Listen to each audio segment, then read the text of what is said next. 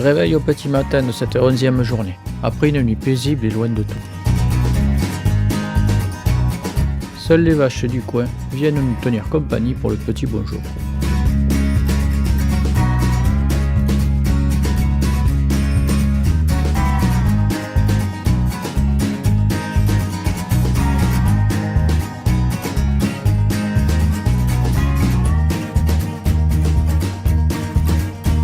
Après que François ait profité d'un superbe lever de soleil, nous reprenons la route direction l'asphalte.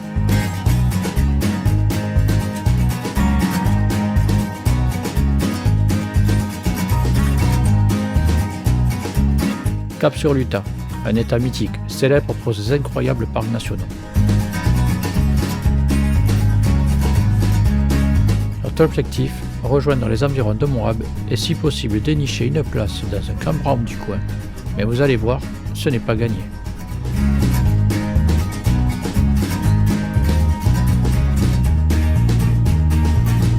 Vous allez voir que la route va nous offrir un défilé de paysages à couper le souffle, tous aussi beaux les uns que les autres.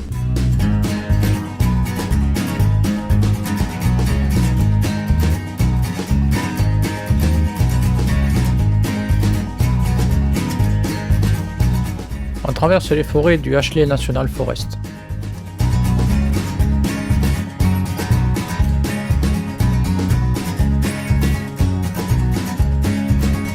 La route grimpe serpente à travers des plateaux situés à plus de 2000 mètres. Toujours en direct de la Ashley National Forest. Voilà, nous sommes à 2500 mètres. Il fait 8 degrés. Avant de redescendre doucement vers Vernal, la petite ville qui est connue pour ses dinosaures et ses paysages lunaires sera aussi la transition entre les montagnes verdoyantes et les premiers déserts rouges.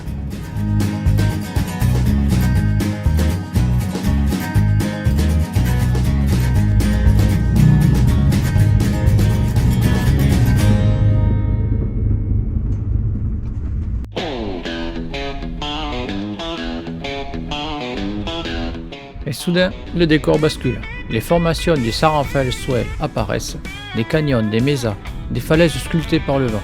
Un vrai musée géologique à ciel ouvert.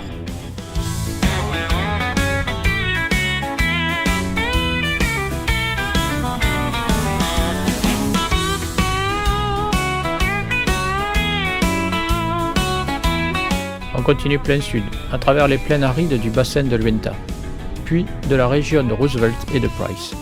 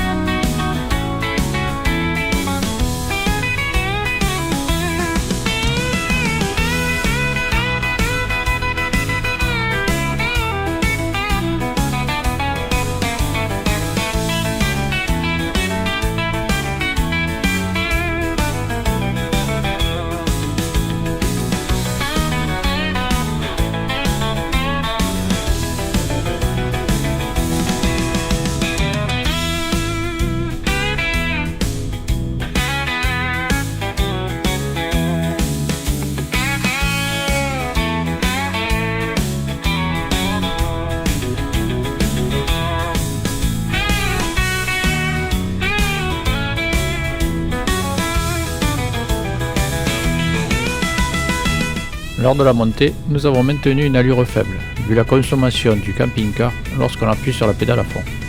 Et vu également les protections inexistantes des bas-côtés par endroits, on a privilégié la sécurité.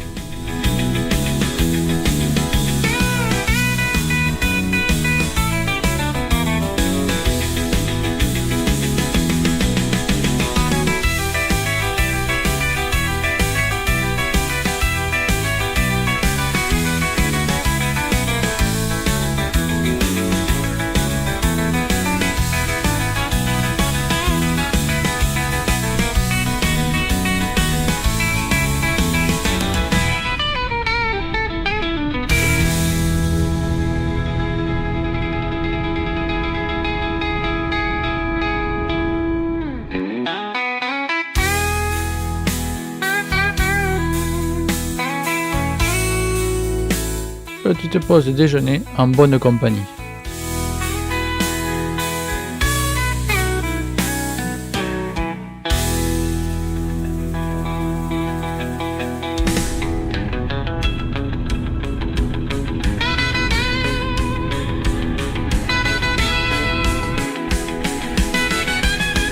La route devient une ligne droite infinie et nous confirme que le chemin pour arriver sera encore long. Nous entrons enfin dans l'état de l'Utah.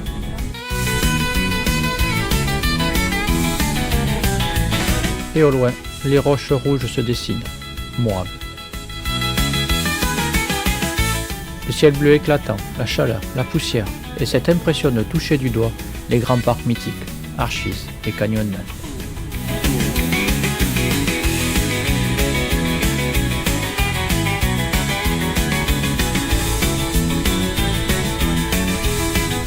Après plus de 5 heures de route, nous arrivons enfin à Moab. On avait repéré plusieurs campgrounds le long du Colorado et on espère bien y passer la nuit.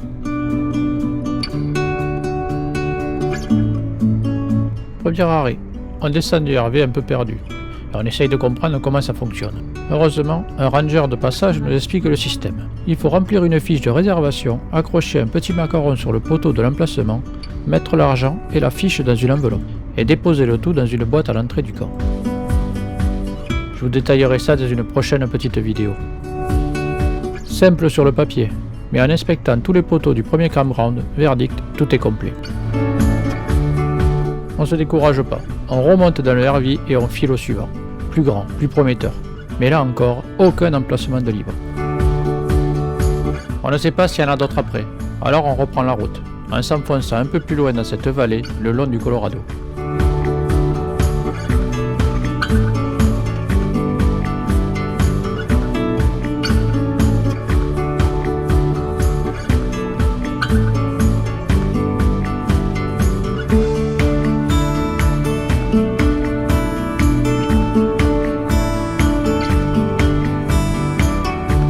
Et 10 minutes plus tard, miracle, un nouveau campground, et cette fois quelques emplacements disponibles.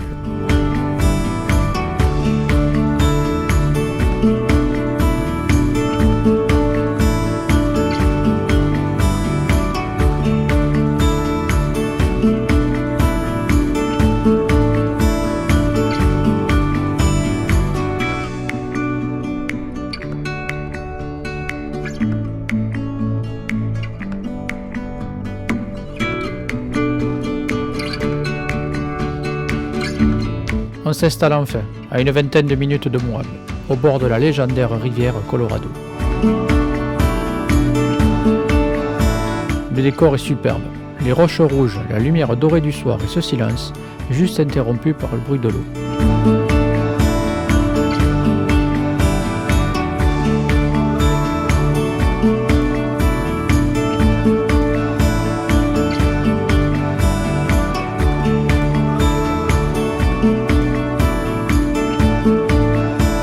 Première grillade et nuit à Moab, et déjà, l'Utah nous offre un souvenir inoubliable.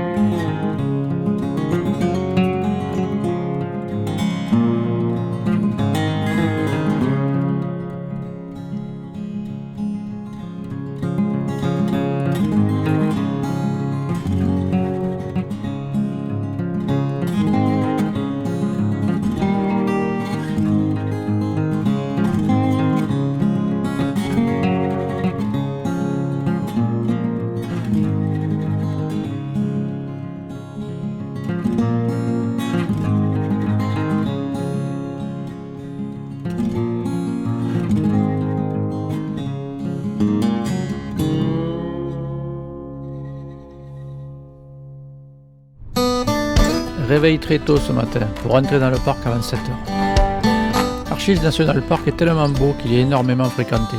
Le parc a dû mettre en place un système de réservation par internet.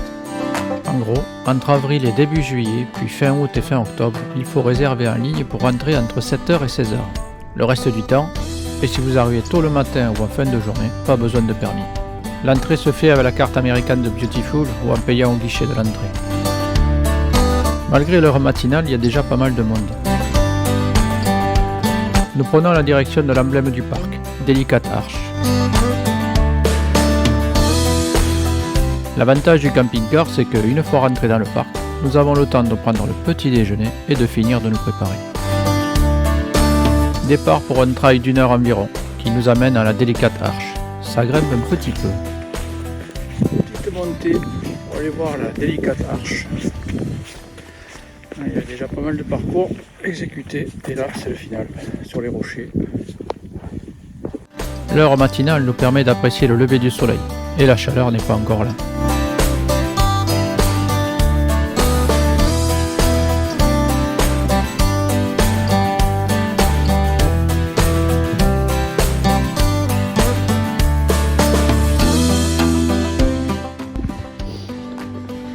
Petite partie pour contourner la Delicate Arch.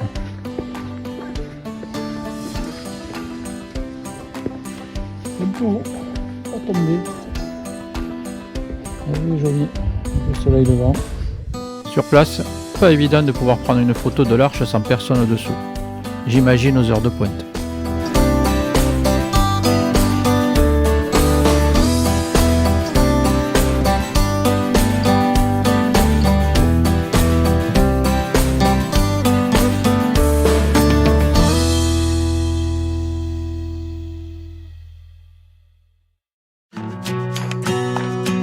De retour vers le parking, nous admirons quelques pétroglyphes réalisés par des Amérindiens au XVIIIe siècle.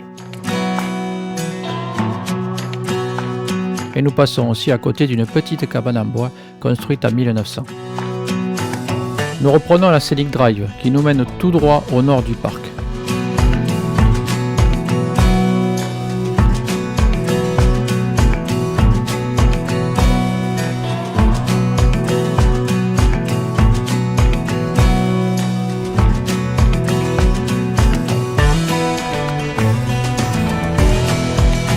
Pour arriver dans un cul-de-sac à Devil's Garden. On a compris le pourquoi du comment du nom après quelques heures passées à crapahuter sur les chemins. Le secteur de Devil's Garden, c'est un véritable concentré d'arches naturelles parmi les plus spectaculaires du parc.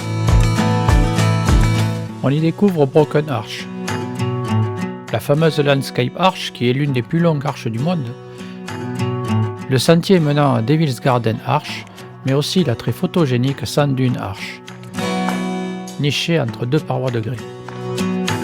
Ici, le soleil tape très vite. Il est à peine 10h du matin et la chaleur est déjà écrasante. Il vaut mieux prévoir beaucoup d'eau, de bonnes chaussures et être prêt à marcher longtemps.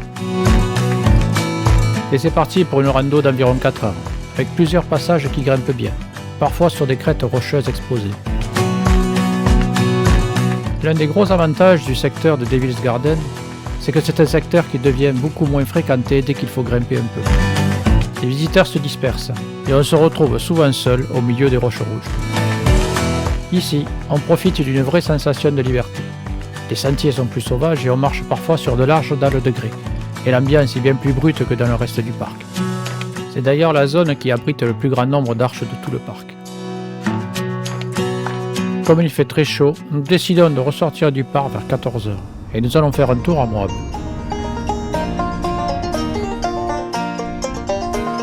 Nous pouvons profiter de cette partie du parc que nous avions traversée ce matin dans le noir.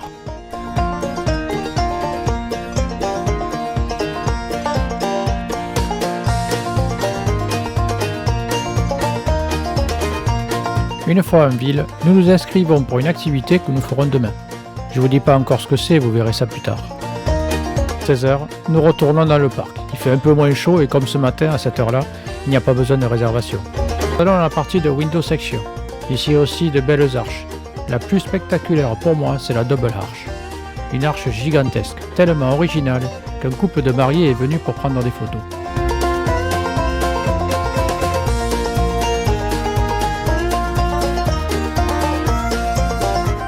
C'est le résultat de millions d'années d'érosion qui ont créé Double Arch, qui impressionne par sa taille et par sa forme.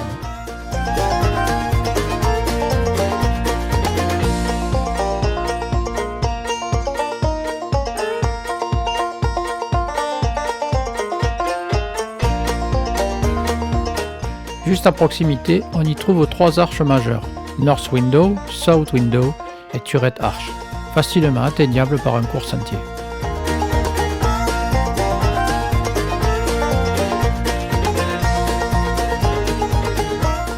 Le relief y est ouvert, panoramique et offrant des vues superbes sur le désert du Colorado.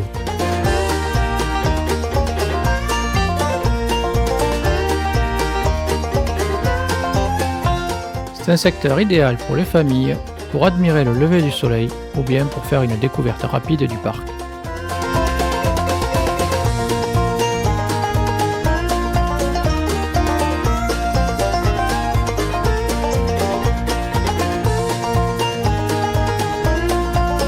Retour au campground où nous avions réservé pour 2 nuits. Activité du jour, du rafting sur la rivière Colorado. Hier, nous avions donc repéré cette activité et finalement, on a choisi cette enseigne. Le trajet se fait ensuite en bus, depuis leur boutique jusqu'à la zone d'embarquement. L'embarquement, le bateau c'est le nôtre, c'est le bleu là. Parti, direction le bateau. Et nous voilà partis pour une balade d'environ 4 heures.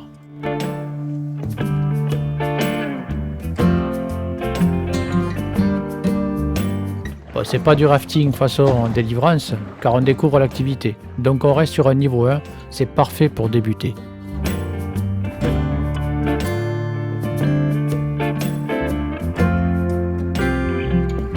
Le cadre est splendide, un véritable décor de western.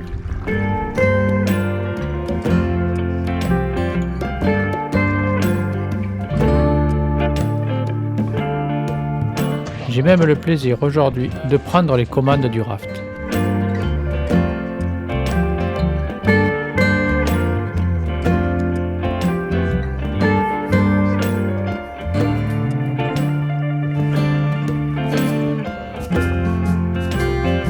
Le Colorado alterne entre des sections paisibles et passages un peu plus remuants. Juste ce qu'il faut pour profiter tout en s'amusant.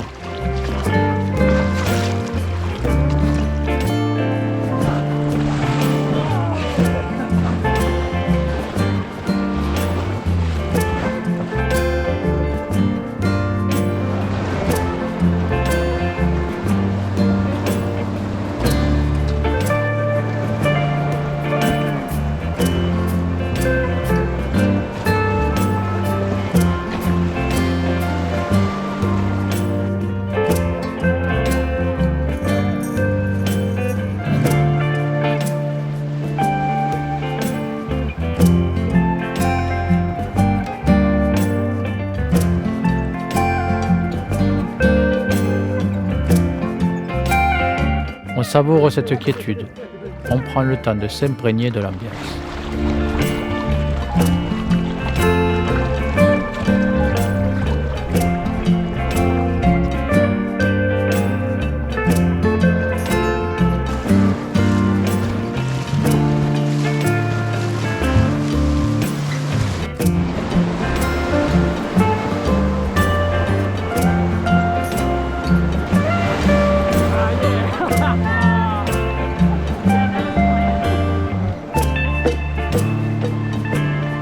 C'est calme et très beau. C'est exactement ce que nous étions venus chercher.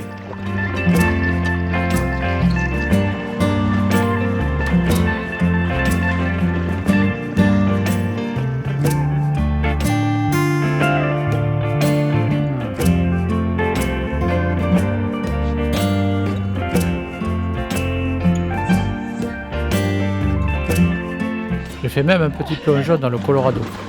Et l'eau est très fraîche.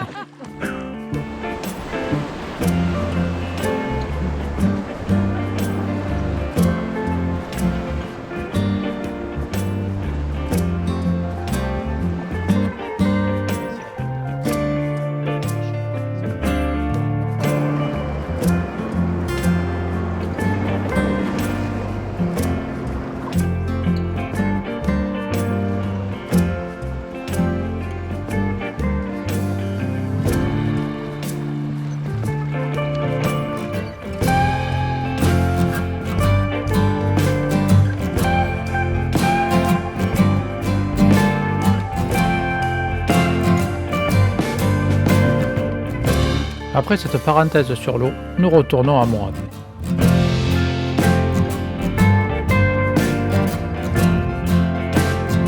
On se fait un petit repas et on flâne dans les boutiques pour ramener quelques souvenirs.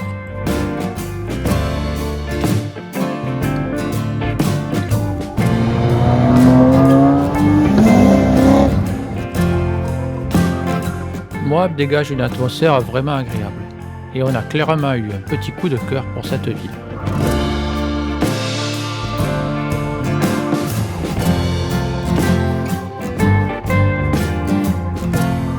Ensuite, on rentre au campground pour poser les pieds en éventail et profiter d'un ciel étoilé absolument incroyable.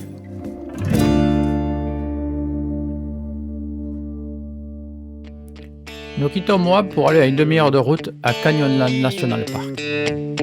Avec plus de 1300 km² de paysages désertiques sculptés par le temps, le parc est divisé en plusieurs parties. Aujourd'hui, nous explorons le plus accessible et le plus célèbre, Island in the Sky. Perché à plus de 600 mètres au-dessus des canyons, ce vaste plateau offre des panoramas impressionnants.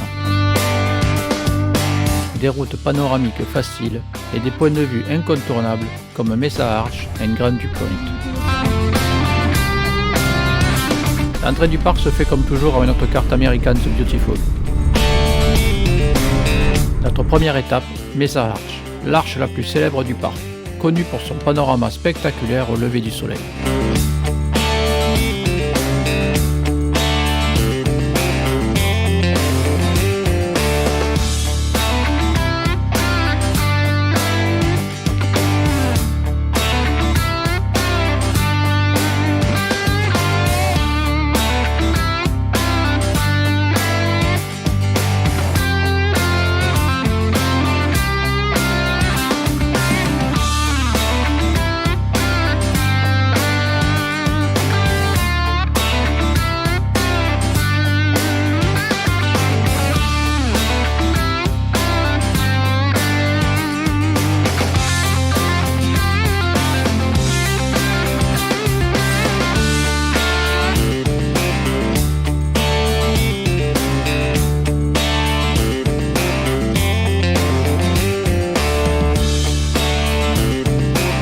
Après notre arrêt à Mesa Arch, nous poursuivons notre exploration d'Island in the Sky.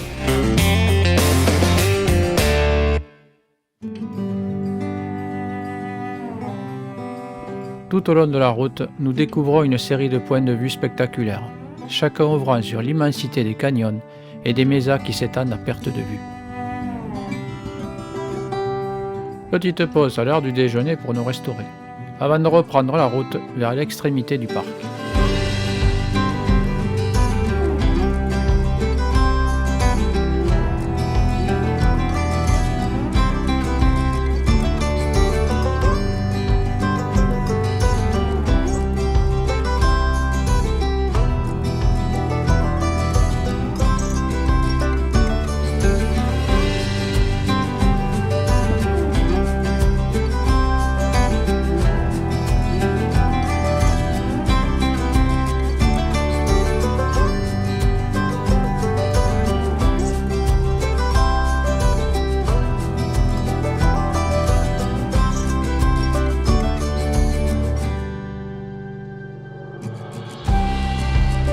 Là-bas, un panorama unique nous attend. Les deux grandes vallées creusées par la Green River et le Colorado, deux rivières qui ont façonné ces paysages depuis des millions d'années.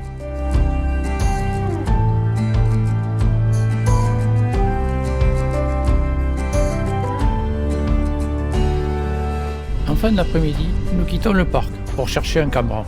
Ce n'est pas évident car les zones de camping sont peu nombreuses et parfois difficiles à repérer. Après plusieurs arrêts et quelques hésitations, nous finissons par trouver un emplacement paisible à l'extérieur du parc. L'endroit est parfait pour se poser, préparer le repas et admirer un superbe coucher de soleil.